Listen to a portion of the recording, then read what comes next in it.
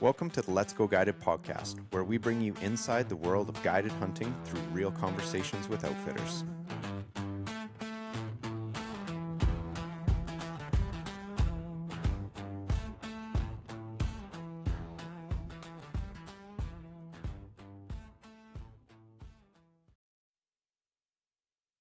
Welcome back to another episode of Let's Go Guided. Today we're headed deep into the Southern Alps in New Zealand with Vin Elliott, owner and head guide of Frontier Guiding. These guys specialize in true backcountry free-range mountain hunts for tahr and chamois, where success is earned the hard way and every animal comes with a story. Vin runs a boutique operation focused on small, personalized expeditions in some of the most rugged alpine terrain on Earth. If you've ever dreamed of a real New Zealand mountain hunt, this episode's for you. Vin, welcome to the show, man. Cool, man. No, I appreciate it, Robbie. I've been looking forward to this. So glad it's all worked out just on the 11th hour before our season starts. So I'm stoked. Perfect time. Well, I appreciate it. We were talking just before we hit record on how much work it is to get ready for the season and everything that goes on behind the scenes. So appreciate you making time. And I know I had a few guys reach out and they were super stoked to hear that you're coming on. True. Okay. A lot of friends in British Columbia here look at the hunts in New Zealand as just another step in the mountain hunting world. Yeah. So, stoked to have you on, man. Yeah, the guys in BC are sort of kind of, from my understanding, are quite similar to Kiwis in terms of they love a tough backpack hunt and they like to grind it out and suffer.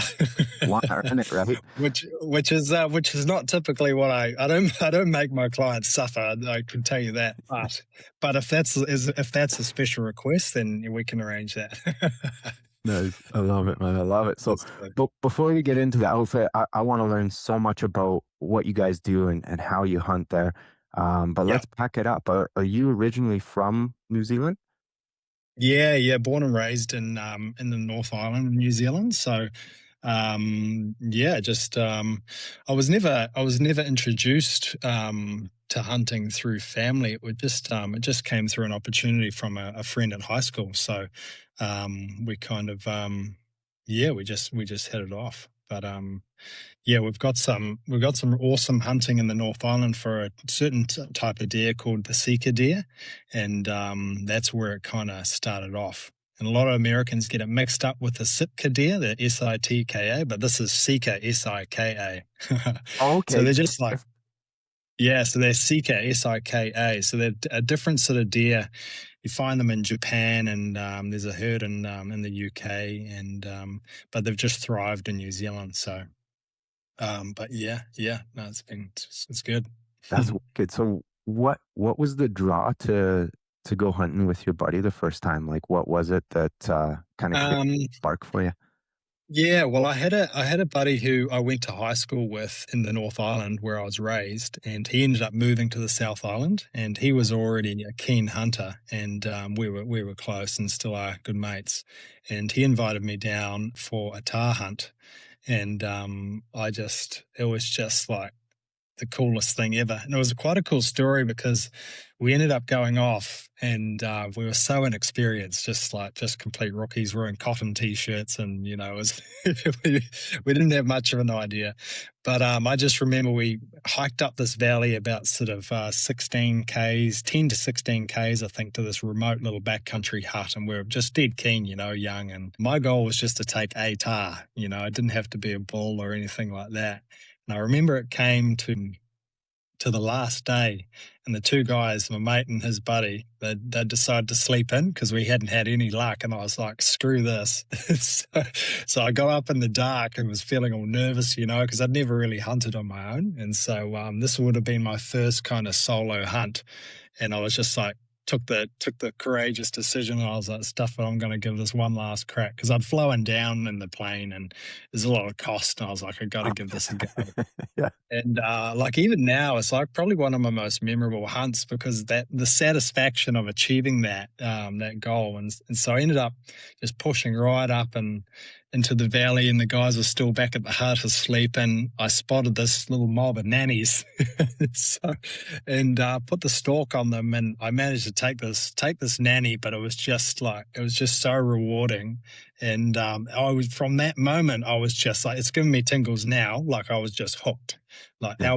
alpine spot and stalk hunting is just nothing better for me ever. And so it was from that moment that I just got the bug real bad, and I was just like consumed by it. But so that's kind of where it stuck.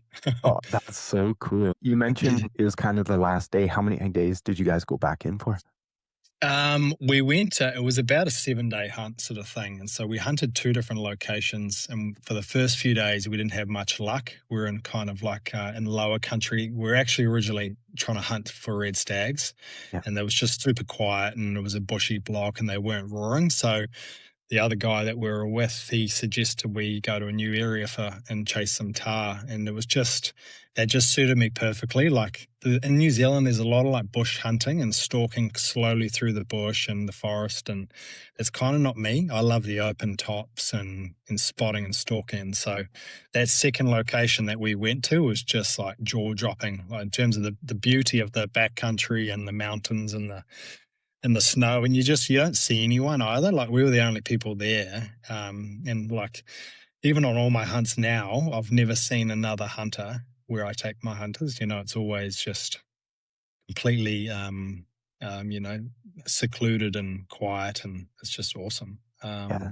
We went to the second location for 2 or 3 days and got some great photos, and I've still got those little Euro mount back home that I cherish. So Yeah, yeah, absolutely.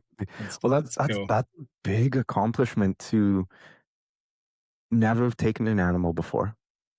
Yeah, And yeah, your buddies are gonna sleep in, and you're like, "No, I'm going, like, forget you guys." And totally. to go up and get it done, what was going Yeah. through your head? And, like, what were you feeling as you were putting the stock on them? Like, Mm. had you stalked animals before, or was this, like, Um, total oh, I was so green, man. I still remember stepping out of the hut in the cold, and it was freezing because it was kind of in that rut period, and it was just black, just because there's no like light pollution, so it was just dark and just the stars, and that's kind of part of it that I remembered. I was like, and I stood outside, and it was just not a noise, and all you could hear was the river running by, and I was like, man, this just gives me tingles. It's awesome. Yeah. And so so I think I started climbing, and the sun started to rise, and I had this old wooden 308, which I regret selling. It was a beautiful gun. And I just sort of spotted in the distance about 500 yards away this little mob of nannies, and I closed the gap through ridges, and I got lined up, and this old 308 didn't have a suppressor, and I didn't have really earmuffs or anything, and I got set up on it. But if you're on a ridge, if you're on a ridge and the rifle was too far back and it was too low, and if that makes Oh, sense, yeah. I should have had the rifle push a bit more forward and overlapping the ridge. And Yeah. so I took a shot on this nanny, but it was too close to the dirt, and dust and stuff blew from the concussion of the shot. I got dust all over me. I didn't even know if I got it. And so it was a bit of a laugh. So, but once I found the animal, it was this really old nanny. It was like, it was just the coolest thing. And I felt like such a man walking back with this nanny on the back of my back. And, so yeah, it was pretty cool. It was great memories. But yeah, it was cool how that one experience, just really just like ingrained this primal. It kind of sounds cliche, but it really was like this pursuit of big game, spot and stalk. It just, this is years ago now. So I don't know. It's just, yeah, consumed by That was it. awesome.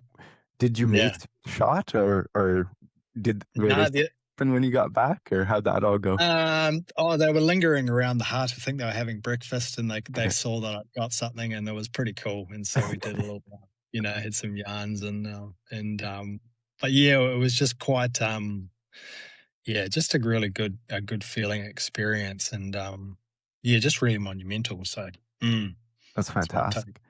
So Yeah. move us forward. That was roughly high school, is what you're saying, or Yeah, I think it was just after? probably just after high school. Yeah. Okay. Yeah, just after high school. And then you Mm. were hooked. Yeah.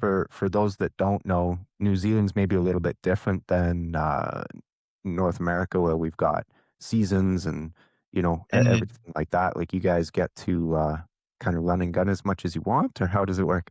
Yeah. We can hunt all season. There's no restrictions, but there's sort of time and place really. Like the red stags will start casting at around August, but they're growing their velvet out at around sort of through that January period. And by the sort of the mid to late January, a lot of the guys will hunt through that summer period and find kind of like stripping stags and trying to find mature stags around that period. Yeah. But you can still hunt chamois and tahr all season long. Although the tahr will are not that great, sort of from sort of December onwards, depending on the region that they're living, their capes can be pretty rough. But Mm, often guys, because you're getting that time off through that summer period, a lot of guys will get 4 weeks off, and so it's a stable time of year to hunt with the weather, and they'll just go in there for a week to 10 days at a time. And it's a good time for bow hunters too, because the bulls are mobbed up together, and they can do that stalk on bulls like that. So, but yeah, so you can hunt all year round, but obviously the best time is kind of that rut period, but which is sort of from that March, April, May, June, and that's all quite condensed. And so, and then you can still hunt into July, but it's starting to get quite cold and quite a bit of snow. But depending on where you take clients, you can still do it fine. So, yeah, nice. yeah, Nice. And yeah. so Mm. each year from then on, were you hitting the South Island to chase alpine animals? Did you start kind of hunting the North Island a bit, Yeah, just closer to home, easy? yeah. So I kind of during that period, I was still quite heavily into sport, and so I was doing like a lot of triathlon, quite young, Ironman triathlon, and a lot of individual sport, and ultra marathons and that sort of thing. And so Mhm. that was a big time part of what I was doing at that time as well. And then that after doing those triathlons and ultras, it kind of then transitioned to really tough backpack hunts, because that was the next sort of thing. Having a good 30-kilo pack for 10 days and doing it on your own is kind of like that's the ultimate for me. And it Yeah. kind of transitioned to that, and and then I met my wife now, and she was very supportive of it, of all my hunting, and I just go off for a week, and she'd be totally sweet with it, because she has a professional sporting background, and so she's used to going away, so she understands the pursuit of your passion, and Yeah. so Yeah. we're going Exactly. to have a lifetime together. So she's just like, yeah, go hard. so, Beauty. Yeah. and so, yes. And with my job at the time, I was really flexible for time off. And so I just was there for weeks and weeks, just going hard, and just mainly on my own as well. Cause I think that's how I learn, just getting stuck in on my own and learning from my mistakes and having horrible nights and bad experiences. But it's all experience. Yeah. And so, the vast majority of my recreational hunts were solo, which is just cool. And it's good. You really get to know yourself too. And, it's great. I love it. And also there's like with New Zealand, it's different. We don't have to deal with bears or snakes or anything. So, you could sleep on the grass anywhere and you'll be fine. And so there's not that to worry about when you're hunting solo. That makes for some good night sleeps for sure. Yeah, Um, 100%. Yeah. you mentioned, being off on your own, doing it yourself, and learning some lessons along the way. Mm. Share with me if you can think of a specific story while you were um, backpack hunting alone of Mm. a real good takeaway that's helped you progress as a hunter, as a mountain hunter, backpack hunter. Mm. I think it's yeah, probably just knowing your limits. In New Zealand, like what we're talking about now is kind of the real tough, like the tough hunts that you wouldn't take clients, you know what I mean? Like these Mhm, are mhm. walk in where you walk in for at least 8 hours in some circumstances. And there was a couple of hunts I did where I was having to cross rivers, swollen rivers a little bit, and it was kind of a little bit iffy. And in New Zealand, there's a lot of water. Just in general, there's a lot of water, and kind of you can be a little bit young and stupid and think you can do stuff. And I've had a couple of close calls where probably shouldn't have crossed a certain spot with a heavy pack on, and then just pushing up ridges that look okay from a distance, but once you get right up close, it's a different story. And so I've had a couple of like proper, heart in your mouth moments where I was like, I need to be thinking of my family here. This is not worth it for a billy goat, So Sure. there has been times like those where just pushing too hard and just knowing your limits, and sometimes you can just get carried away where you actually need to just to stop and think, and assess the situation a little bit better. Because there's been plenty of guys that have hunted New Zealand that have, passed away from just, it's pretty treacherous, that's for sure, just from mistakes, Yeah. So, You can get yourself in a bad spot really quick, that's for sure. And it's tough too when you're going and you have an idea and you want to get to a certain spot. You almost feel like you're pot committed. Like, okay, well, I'm this far. I don't want to turn back now because that's another, day hike back, and then I got to go around. If I can just get up over this, then I'm good. But that's the smartest decision, especially if you're by yourself. Yes. Can appreciate that for sure. So that sounds like some really cool terrain. I've watched different YouTube videos and stuff of guys hunting New Zealand, so kind of get an idea of what it's like. But until we're there doing it, it's always different than what the camera shows. I never think the camera truly gets how steep things are. I don't know why cameras can't capture that. I get it. They always make, it seems like it's not as steep, and you're like, I could do that. But when you actually get there, it's like, you got to be careful. 100%. So run me through, how did hunting come from this passion, something that you just love doing out by yourself? How did it become a business? Yeah, good question. So because I was doing so much hunting all through my kind of early 20s and taking so much time off and just being consumed by it, my wife was like, why don't you, try and make a career out of this? And so I've got to thank her for it. That's awesome. And for sure, which is like, if it wasn't for her, I wouldn't be in this position at all. So, basically, I had a bit of a door that was open to me where my wife's uncle is like an executive member of the New Zealand Professional Guides Association. And so I had a direct contact there.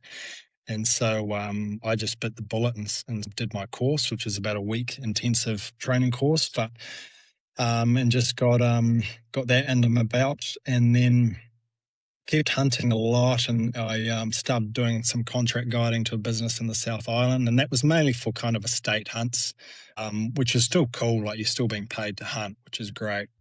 And then did some more contract hunting for a business, contract guiding for a business in the North Island. And then I just started my following started getting pretty decent on Instagram, and I started getting a lot of people asking and seeing that I was guiding, and they started, kind of the door started to open for guys saying, hey, can we arrange a tahr hunt with you? And then I was like, man, this is something I'm so passionate about. So let's kick this off and go hard. And it's kind of, this will be my third season in it, running the business. So I'm not one of those guys that's sort of, been 30 years in the business, but it's, I've just got this immense passion for it, and a lot of experience. And for me, when I take clients out, like, it's, achieving that with them just feels the exact same, sort of feeling as if I'm hunting myself. It's no different. It's just, it's an added challenge for me, but it's just so rewarding for the client. That's kind of how it ended up. Just a lot of hunting and opportunities, and making the most of those opportunities, and just, sending it. It was a little bit nerve-wracking finishing with a job that was, your steady paycheck, and leading up to doing my professional guides course, I wasn't earning, and so I was kind of all in. So yeah, that's kind of how it worked out, really. Oh, that's Mm, fantastic, man. I love it. yeah. Run me through what the hunt looks like. Who are the clients? Are mostly, guys from North America? Is it local guys from Australia? So the majority will be North America, which is cool. And then we're starting to tap into the European market and Spain quite a bit. Those guys love spot and stalk and alpine hunting, which is really cool. And also there's a couple from Aussie, but mainly North America and Europe is at this stage. I don't really have many Kiwis. It's kind of not really the target market, but that's all good. So yeah, a typical hunt would take place. It would be the clients would fly into either Queenstown or Christchurch, and so Queenstown's like our alpine city. It's pretty famous for tourism. So they fly into there, they get picked up. Usually it's a couple of guys that are booked for like an alpine double, for example. And so I'd pick them up and then we'd drive to a little city called Wanaka. And that's about an hour from Queenstown north. And we spend the night there and catch up and just get to know each other. And then basically from there, we the next morning, depending on the time of year and depending on the weather, is whether or not we chase chamois first or tahr first. So all my chamois hunts are done via helicopter access, and so we'll drive to a helicopter hangar where I've got a really good relationship with a pilot there, and like I've got a lifetime of different locations to go for great chamois. There's just so much country to explore, and it's exciting for me because I try to mix up where I take my clients hunting. It's not just we've got one location where we hunt chamois and this is all we do. We've got each year I'm going to new locations, which is really exciting. So yeah, we get into a big helicopter, a squirrel, and we have it's about a five seater, and we can just lug in loads of gear. So I have like a large 8-man expedition type tent. It's like full 4-season, but you can stand upright in it and it has a fireplace in the center. So we fly that in and set up a base camp, and we've got firewood and fly in good food and Nice. nachos and sausages and all the good stuff. And then Yeah. each client will have their own personal Hilleberg 4-season tent. And then if I can fit everything in, I'll try flying those big comfortable mattresses. so it is glamping in a way, but yeah, it's pretty comfortable. That's for sure. I could be there full time. That sounds cool. Yeah, I like it. Yeah, so like these guys they're paying a lot of money for these hunts, so I really try and make it as comfortable as possible, but being completely authentic in the sense that we are in a completely remote environment doing, complete hunting completely wild animals, and it's but I like to go a bit, over and beyond for that camp setup, so it's real comfy. And sometimes they're jet lagged to start with, so if they get a good night's sleep, it makes a big difference to enjoy their hunt. Yeah. So yeah, man. So that's kind of how that works. And we'll spend a good sort of 3 days chasing chamois in all sorts of different country. But with these hunts, the Alpine Double in particular, I kind of sell it in the fact that it's like 2 different hunts. So we're experiencing 2 vastly different areas. So I try to go the west coast of the South Island for the chamois, and then I've got really good access for the east coast for tahr.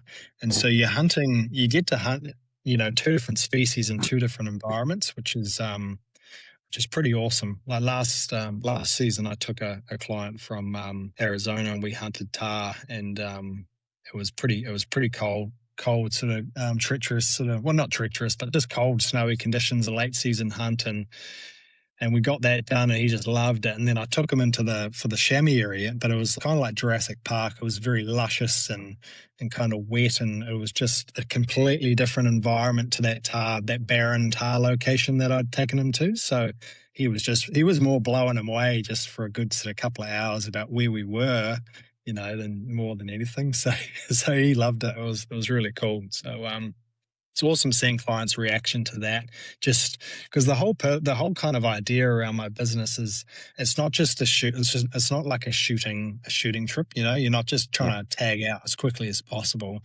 I'm trying to really showcase authentic hunts where you're really showing New Zealand and what New Zealand has to offer.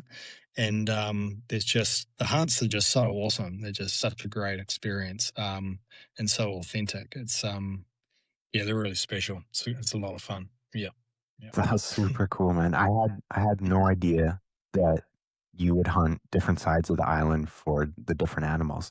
When I was looking at Mm, the website, I was kind of just in my head like, okay, yeah, they're probably like both up there. Like for example, in British Columbia, we've got stone sheep and yeah, mountain goats, right?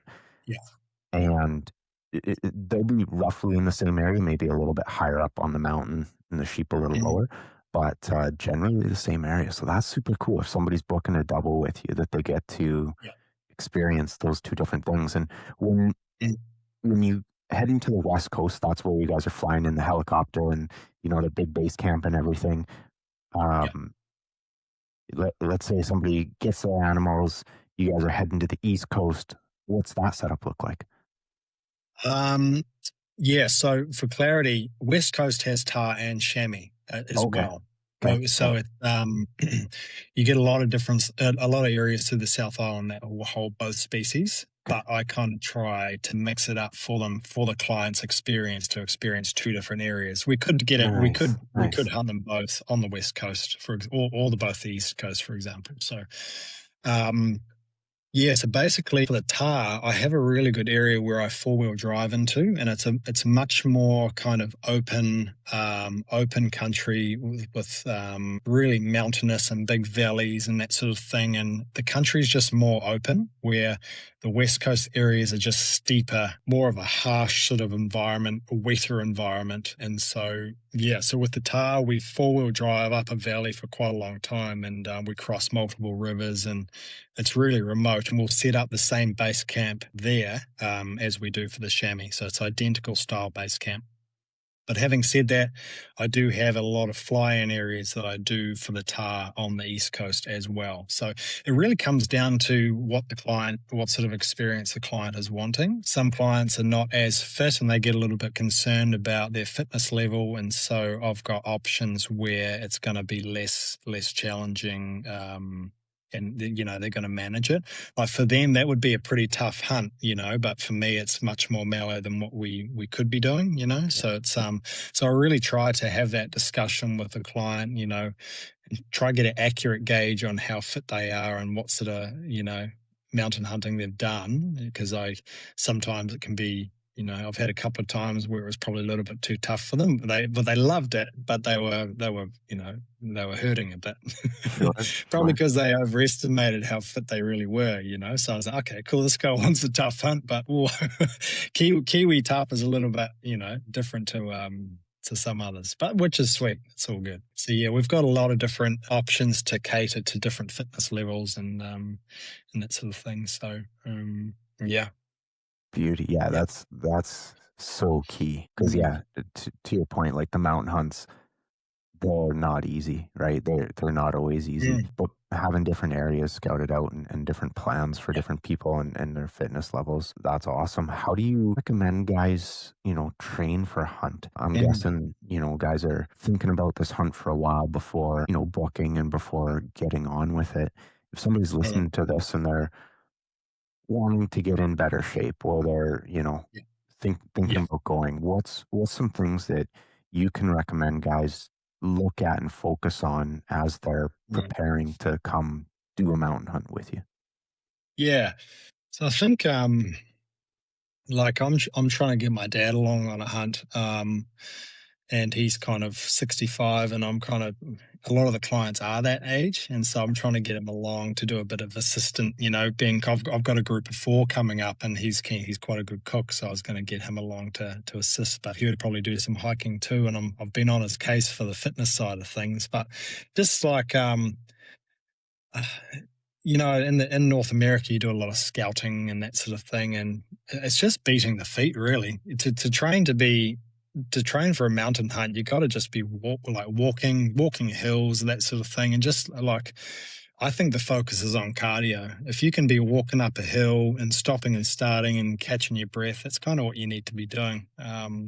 for my training, when I kind of train for a recreational hunt, I'm doing like a lot of rowing machine, which sucks. I hate it, but it kicks my ass, and the stair climb is good. But yeah, just hiking. If you can just hike, if you can hike sort of in US, do a 6 mile hike and you're feeling pretty good, then sweet, I don't think I don't want to overstate how fit you need to be, because it can put some guys off like, oh, this is way too extreme, Sure. but it just comes down to just slowing down a bit. There's not a rush to get to where we want to get to, If we get up early, it might take us a couple of hours to climb up to where we need to get to, but we can take our time to do that and enjoy that process. So yeah, just as much hiking and cardio as possible really is always key in my opinion. Yeah. Yeah, Yeah. I love that, and I had a big smile on my face for those listening that aren't watching the video feed. As you're talking about getting on your dad there, I'm headed on a trip with my dad who's coming on 70, and Oh, yeah, yeah, yeah, it's 6 months out, and he's realized that he's got to get a trainer. yeah, So he's yeah. joining the gym, getting a trainer for the next 6 months to, kind of not be at where he is today. We'll say that way. So I'm stoked for him, and I'm stoked that hunting can be a platform for people to get in shape and a reason to go take care of themselves physically, right? So I'm a huge proponent of that part of hunting and mountain hunting specifically. So that's fantastic. Yeah, for sure. No, it's cool. It gives them something to work towards because a lot of guys are booking a year out, and I kind of say, hey, make sure you get some cardio in, and the fitter you are, the more you enjoy it. If you're just sucking in air half the time, if it's worth the effort to enjoy it as much as possible. So and that's kind of what motivates me is the fitter I am, I can carry, because as a guide, you're carrying optics and spare, bits and pieces, and it feels good being fitter, So, Yeah. yeah, but no, I agree. That sounds awesome for you coming up. That sounds like a great hunt. That'd be Oh, exciting. I'm super stoked. Yeah, Couldn't be looking forward to it more. Yeah, it's a horseback hunt up in the Yukon of Canada for yeah. mountain caribou. Oh, awesome, Yeah, yeah, awesome. yeah. So I've So watched so much footage of those exo boys chasing mountain caribou. Just like, I have to turn it off. I love all that. They're beautiful. Yeah, yeah. So good. run me through what the hunt itself looks like for the chamois and the tahr.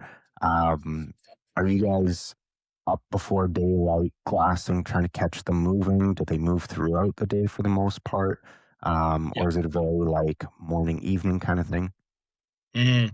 So the whole period of May is basically is the rutting period for the chamois, and they're just such bizarre animals in the sense that they don't really have any routine. They're kind of just completely random. And like for example, last year we had a client from Massachusetts, and we were sitting down on the valley floor by our tents, and this was peak chamois rut. And we were just sitting glassing and making a plan for the day. And I looked up into the tops right up high, and at about 1,000, 1,200 yards, I saw this black chamois buck just full sprinting. And he was sprinting downhill, and I was like, I wonder what he's up to. And I was wearing a black jacket, and I often wear black jackets during the rut, specifically on chamois hunts, because they see you're wearing black and they think it's like a doe or another buck or something, and they get really intrigued. Okay. So I was sitting there glassing, and this thing went out of sight for a while, and I was like, "Oh, where did he go?" And so I was sitting there with the client. Next minute, this thing is 200 yards out, like sprinting towards us, and he got within sort of maybe 40 yards, 50 yards, and this buck was right here, right on us. And it was amazing. He was too young and not what we were looking for, but it was just perfect. It was just like typical chamois, just bizarre. You just don't know what to expect.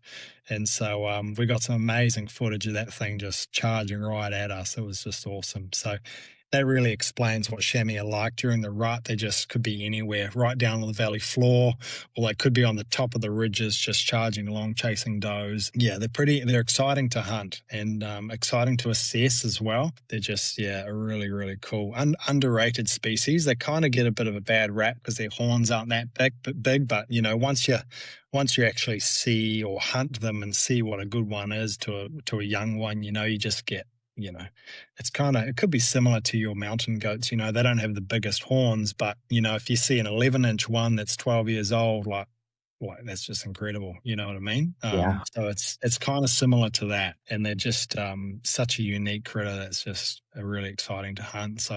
So with the chamois, with mountain hunting during the rut, there's not really a need to kind of get up at the crack of dawn too early.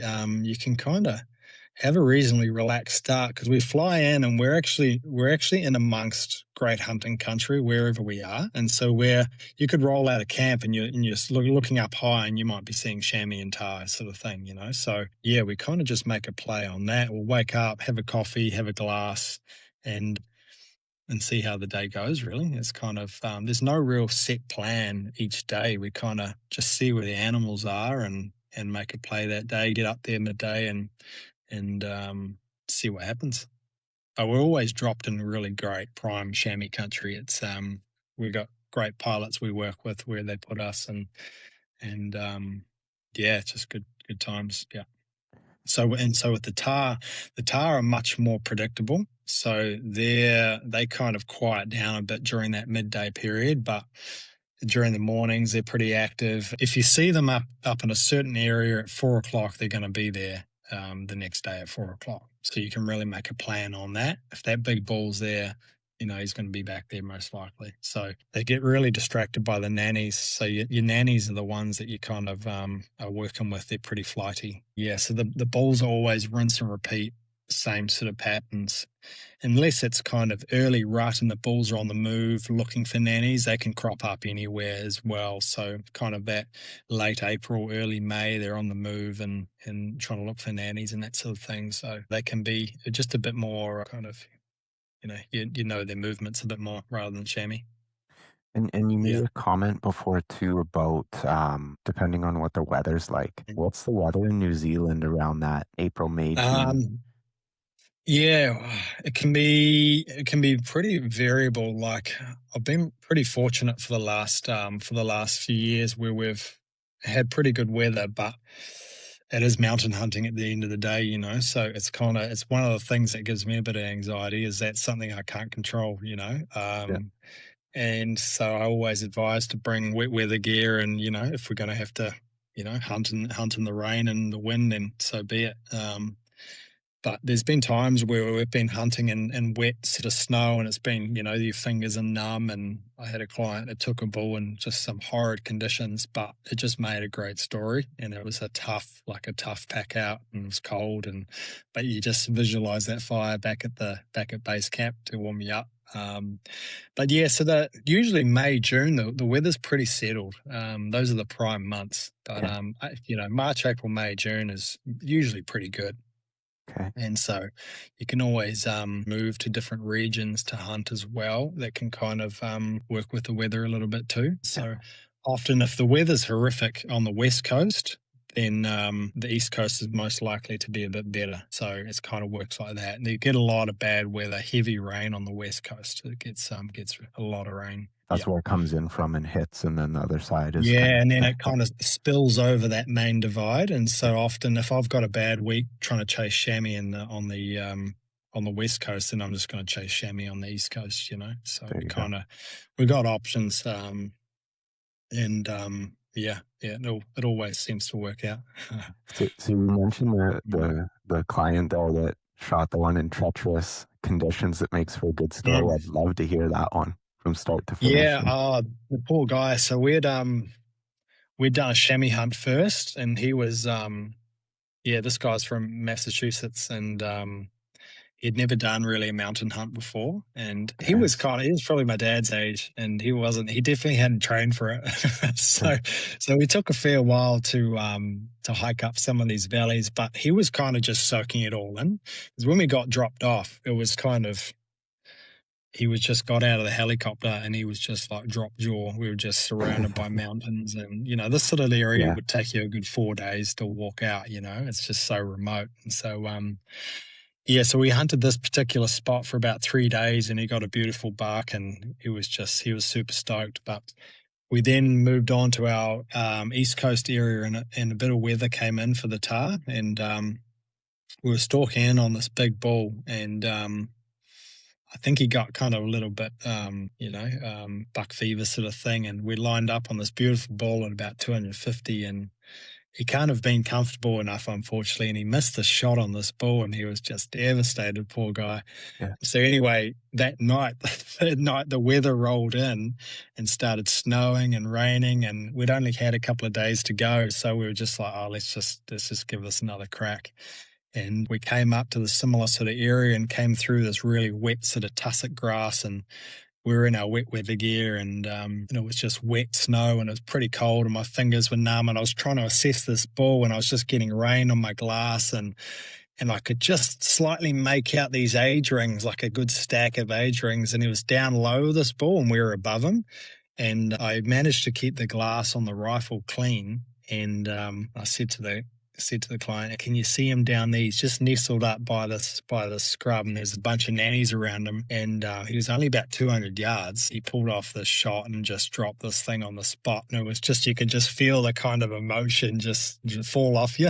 Oh yeah. It was like this emotional burden just was like, oh, what a relief. Like it was tough, but so it was just cool. Like, and it made the whole bad weather thing just like not a problem. Like he'd taken this beautiful old bull, he was about 8 years old or 9 years old and close to 13 inches. So it was a big old solid beast of a thing. And so it was just great experience and such a relief for him after missing a great one. And it's like, so those stories are they're pretty awesome where you kind of go through a bit of adversity and it just makes for the experience. So, but yeah, so you can, sometimes we're hunting in that, but, and it's always encouraging knowing there's a fire back at the camp to dry out after a wet day. So, yes, and it's all good.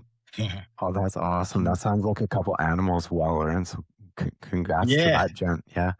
Yeah. No, he did well for sure. No, he's got the bug now. He's doing a lot of hunting.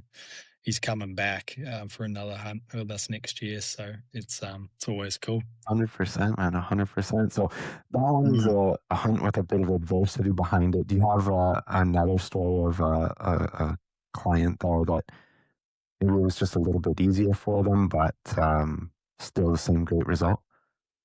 Yeah. I got a cool story about I had a group of 4 from Arizona that came through, it was last year, for a tahr and chamois hunt. And one of the clients, he actually had cerebral palsy, and he was told that he was never going to walk again. And he was going to be wheelchair bound. I think we didn't talk about it a lot, but his buddy kind of gave me the rundown, and he walks with quite a limp, and he'd probably be in his early 60s.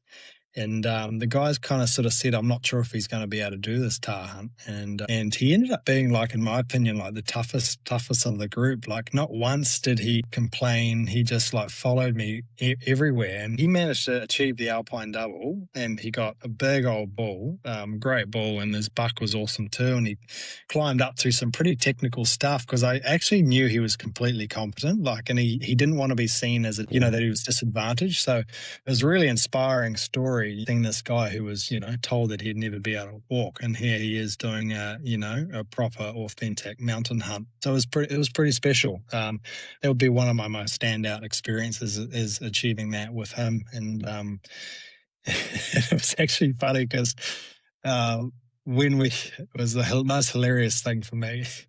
We climbed up into the tops, and this is in our one of our private free range chamois areas, and we spent probably a good 2 hours climbing, because the chamois, for some reason in this block, we just wanted to hang out up real high, and I was like, we're just going to have to head up. so he follows me up, and it's pretty steep country, and we find this buck, and this is in the rut, and it was a steep shot, and it was only about probably 250, 300 yards. And I got him all set up behind the 7mm, and he lined up and got comfortable, and we identified the buck. And next minute, this buck jumps on top of this on top of this doe and starts rooting the doe with him behind the sights. And I just started laughing because he's in my spotter. I'm just cracking up laughing, and now he's laughing. And I was like, oh, you can shoot it while he's mounted if you want. And it was just the funniest setup because he couldn't keep his crosshair still because this buck was just full on taking this doe to town. And I'd never seen it before, especially lined up. Like, it's not often you actually see them going like that. And so as soon as the buck got off, he just smoked it. So the buck would have been happy. Got the healthy buck. Yeah, so we just had the most hilarious time up at the tops, just him and I. Just laughing at this whole scenario. It was just hilarious. So he got this great buck that had just kind of done the deed. What a crazy story, man. Yes, it was funny. I really want to impress upon anybody listening that questions their physical ability and their physical stamina on how important the mindset piece is. Yeah, mindset. Yeah. That gentleman came in and there wasn't anything that was going to stop him, right? No. And he went in with that. He wasn't complaining. He was just putting one foot in front of the other and getting it done, right? For sure. Man, that's so cool. Yeah. No, it was inspiring to see.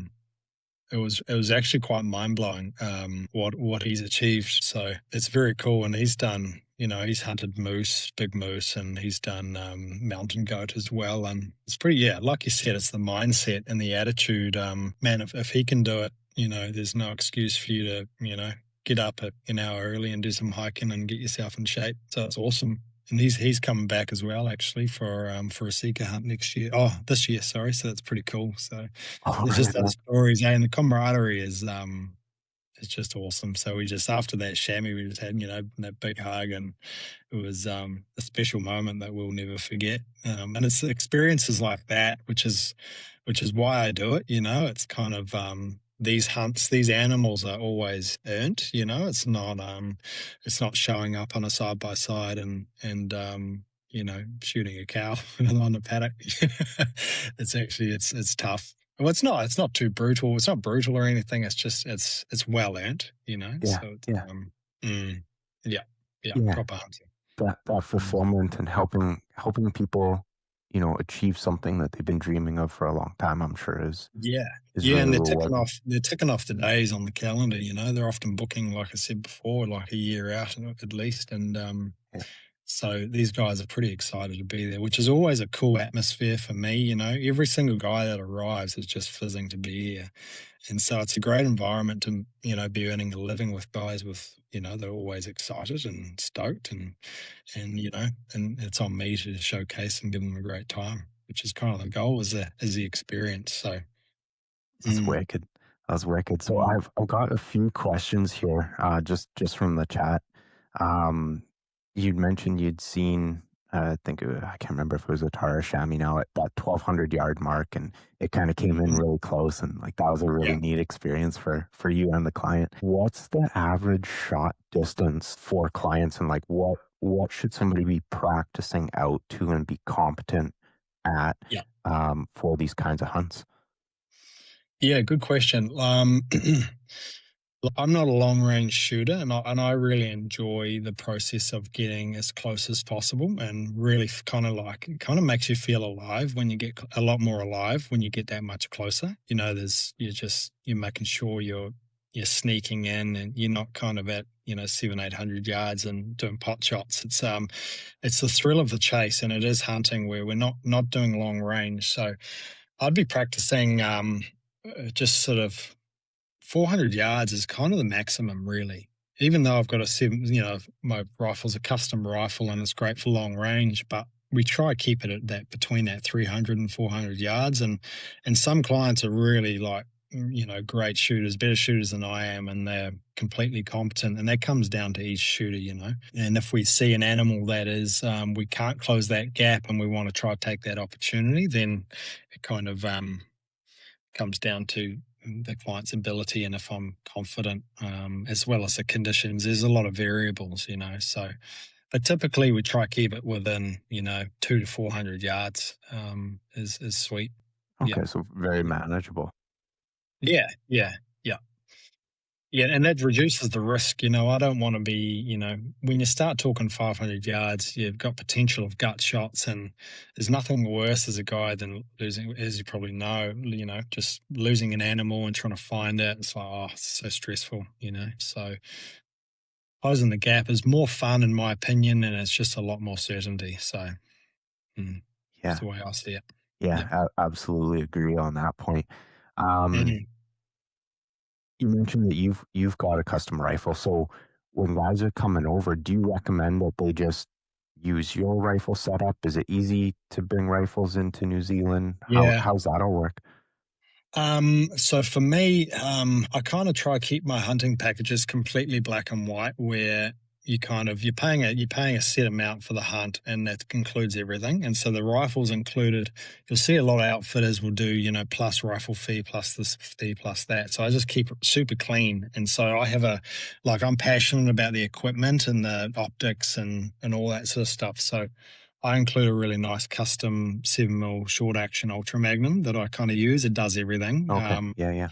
And it's in a nice sort of manners folding stock and defiance action, and it's a lightweight, but it's easy to shoot. And all our rifles are suppressed, so there's no muzzle brakes. I'm not a fan of muzzle brakes. It's kind of just puts a delay on everything, and they're just loud.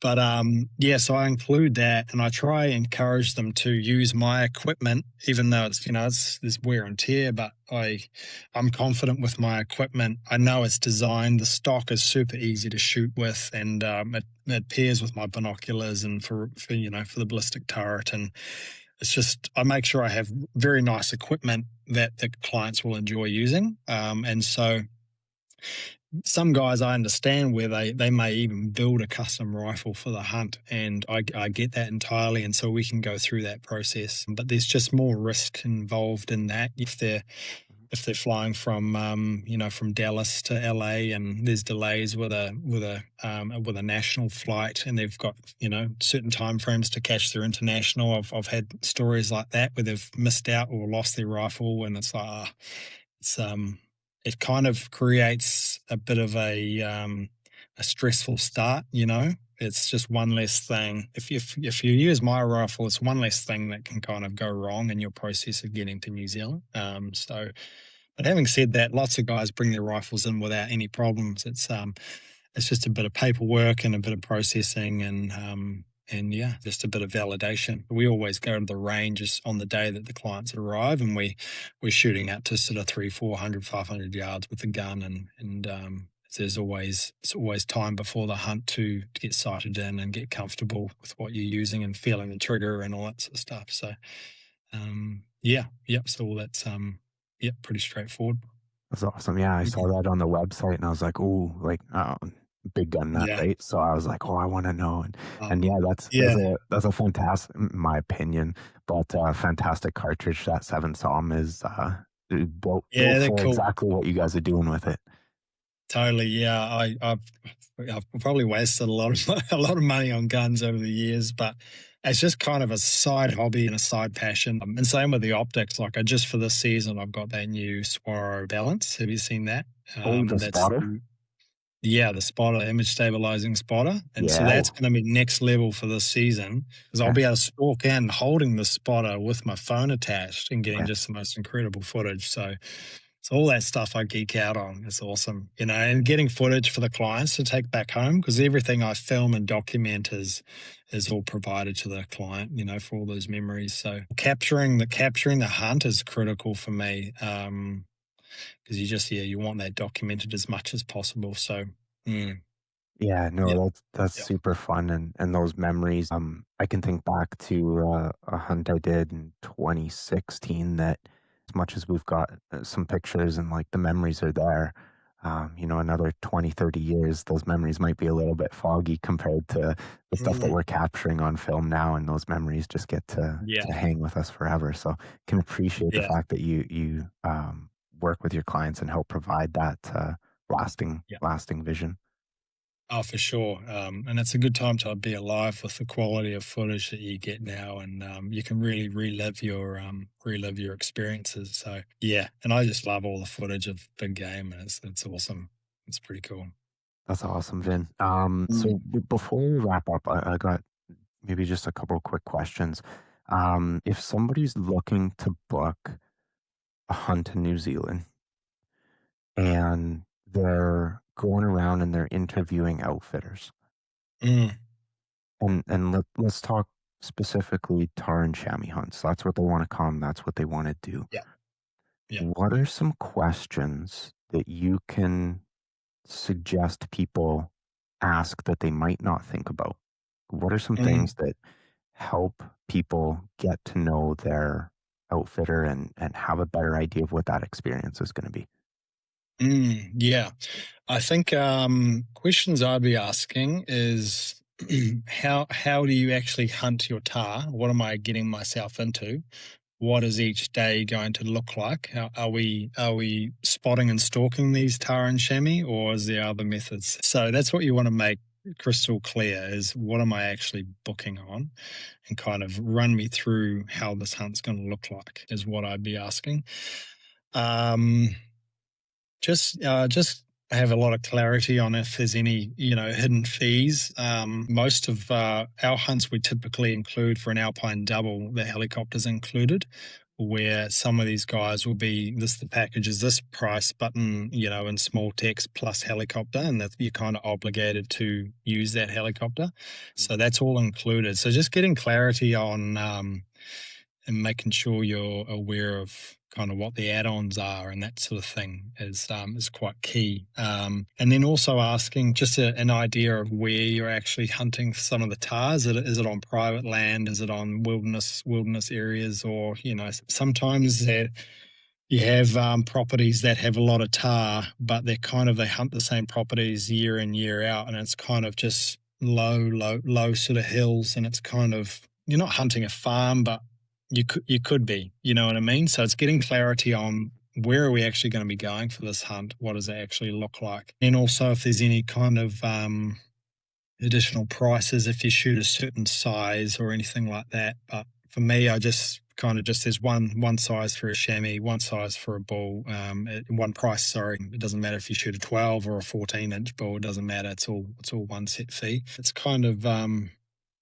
what I'd be asking, I think. And it always pays to have a like I try have a video call with a client just so they actually get to know me, and a phone call, and I try not to just do email. You try have a personal conversation with the business owner, at least, is always important, because these hunts, they aren't cheap, and so you want to really make sure, it's often guys are doing it, so once in a lifetime sort of experiences, so you want to make sure you do it right and have someone that's really kind of conscientious, and that you're not just a number, you know what I mean? Where I find in the industry in New Zealand, it's kind of our hunting season runs from sort of February, March, April, May, June, and it's kind of like this attitude of cram as many hunters in as possible and just to get them shooting as much stuff as possible and out the door, next group arrives kind of thing. Where for me, like how I run it is kind of, it's quality over quantity, and I'm doing it for the passion of it too. I just love hunting and love showcasing. And if I was doing back-to-back hunts all season long, I'm just going to burn myself out, And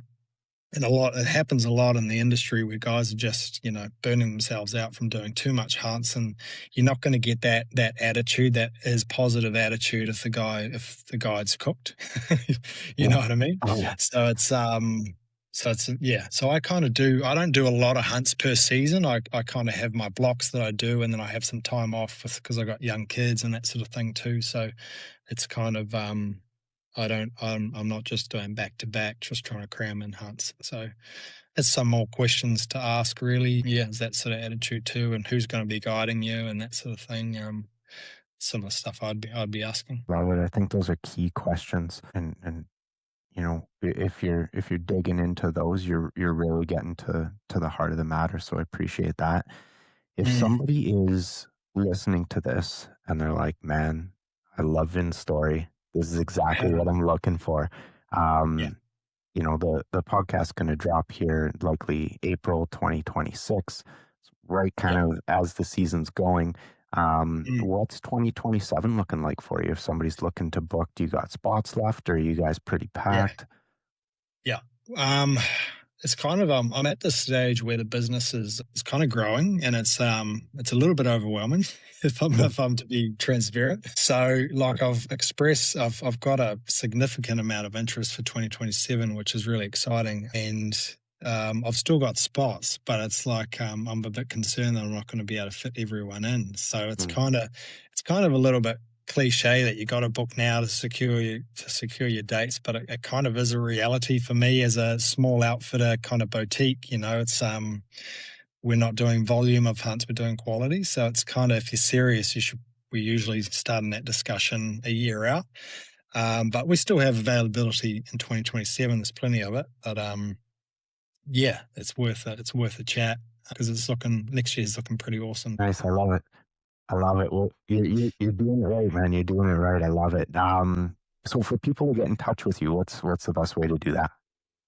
If you jump on even just my website's got my email address there and a contact form, and through Instagram, I'm always chatting with leads and that sort of thing, and potential clients, and getting to know them. And sometimes you're just talking to guys for a fair while, and then they might want to book a hunt. And so it's kind of just email or Instagram. I'm pretty relaxed, and I try to jump on a WhatsApp call with them and have a chat and see what they're after.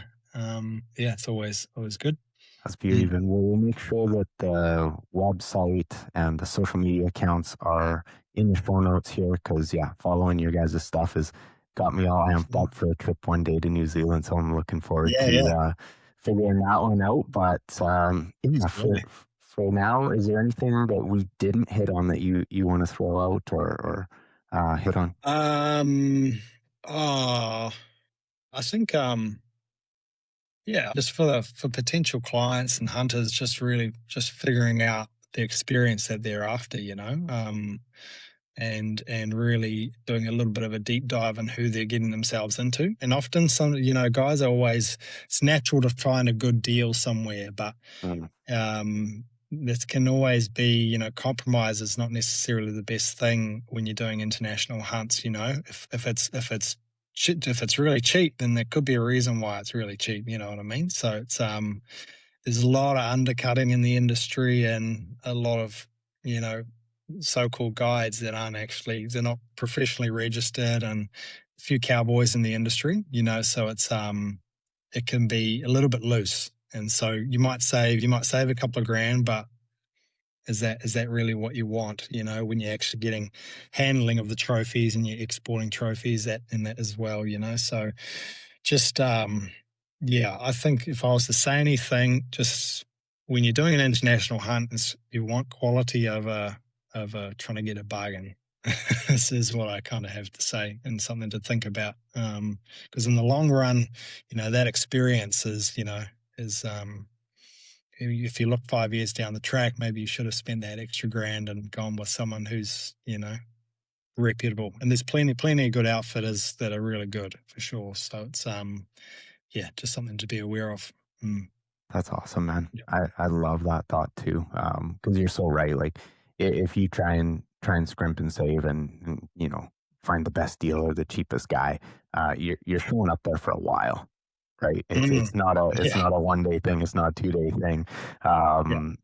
So it's definitely worth some time and consideration. So can appreciate that. No worries. No, it's all good. It's our whole goal is for these guys to have the best possible experience, and the whole idea around it is just having a lifelong memories that these guys will. That's my goal, is for them to never forget this experience, and that's kind of etched, and they'll be telling their grandkids that day that they, that week that they went to the South Island and did this mountain hunt, and here's their bull up on the wall that they achieved, and that's my goal, is to have an extremely memorable experience that they'll just be able to tell stories. It's a fantastic why. I think we can all get behind, Vin. Really appreciate the time here. Thank you so much for hopping on. Stoked to chat with you. Yeah, all good, man. Appreciate it. And we'll keep in touch. And looking forward to seeing more of your guests coming on and It's good. It's awesome what you're doing. It's super cool. I love it. Good stuff, buddy. Appreciate it. Thank you. Go man. Cheers. Thanks for tuning in to this episode of Let's Go Guided. If you enjoyed it, make sure you follow along and share it with someone who's planning their next hunt. See you on the next one.